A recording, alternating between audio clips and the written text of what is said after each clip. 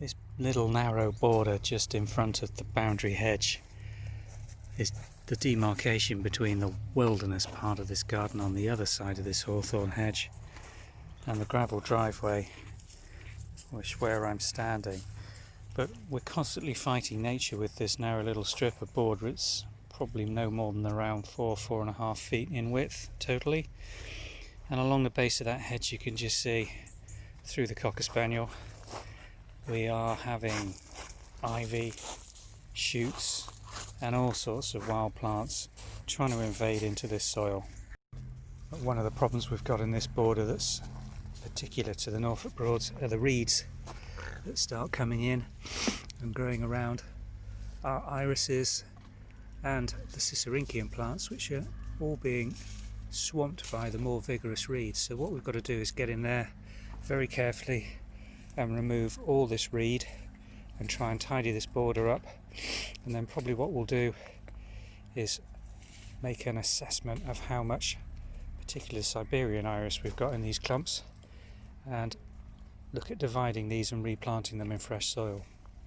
And what we're hoping to find in here is more of these beautiful little cyclamen plants, which at the moment, because of this overgrowth, we're not getting to appreciate at all. If we can get some light down onto those corms and open this border up by tidying it up, we should be able to see those flowers between now and the end of October.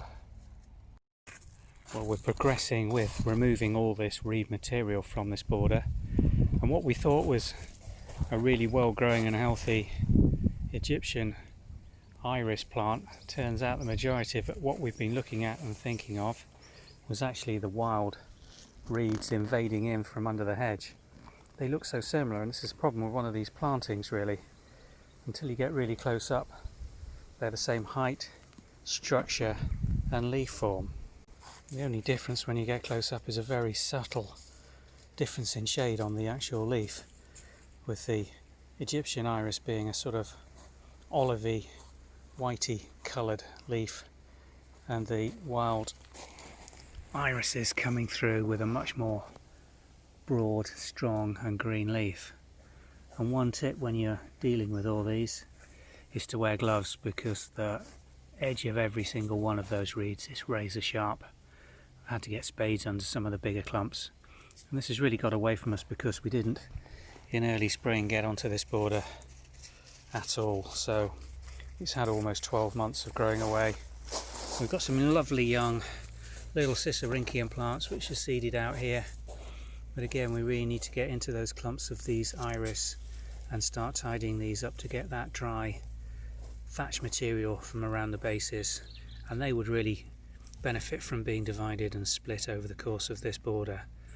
And what we'll probably do is backplant with some of these smaller well-established Cicericium clumps, and space that we're providing by removing the wild reeds, we'll pop some more Cicericium in. One of the problems of letting this border go for so long before we've tidied it up is this beautiful variegated iris, which flowered really nicely at the beginning of the season. It was completely swamped and overgrown. The leaf growth on it's become very spindly and weak, and when we've removed the supporting structures by digging out the reeds, they've collapsed and broken off. There's still time for that to reshoot, and the rhizomes still look healthy enough, so I'm hopeful this may grow back, but it really would have benefited from a tidy up and more light earlier in the season.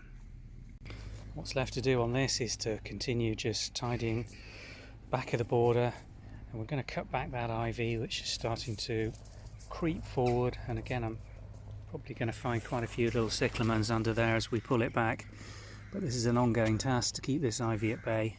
And then good opportunity to try and introduce some fresh compost out of the compost heaps and give this soil a general bit of a makeover and feed. That'll help these plants that we're going to put back into here establish that bit quicker.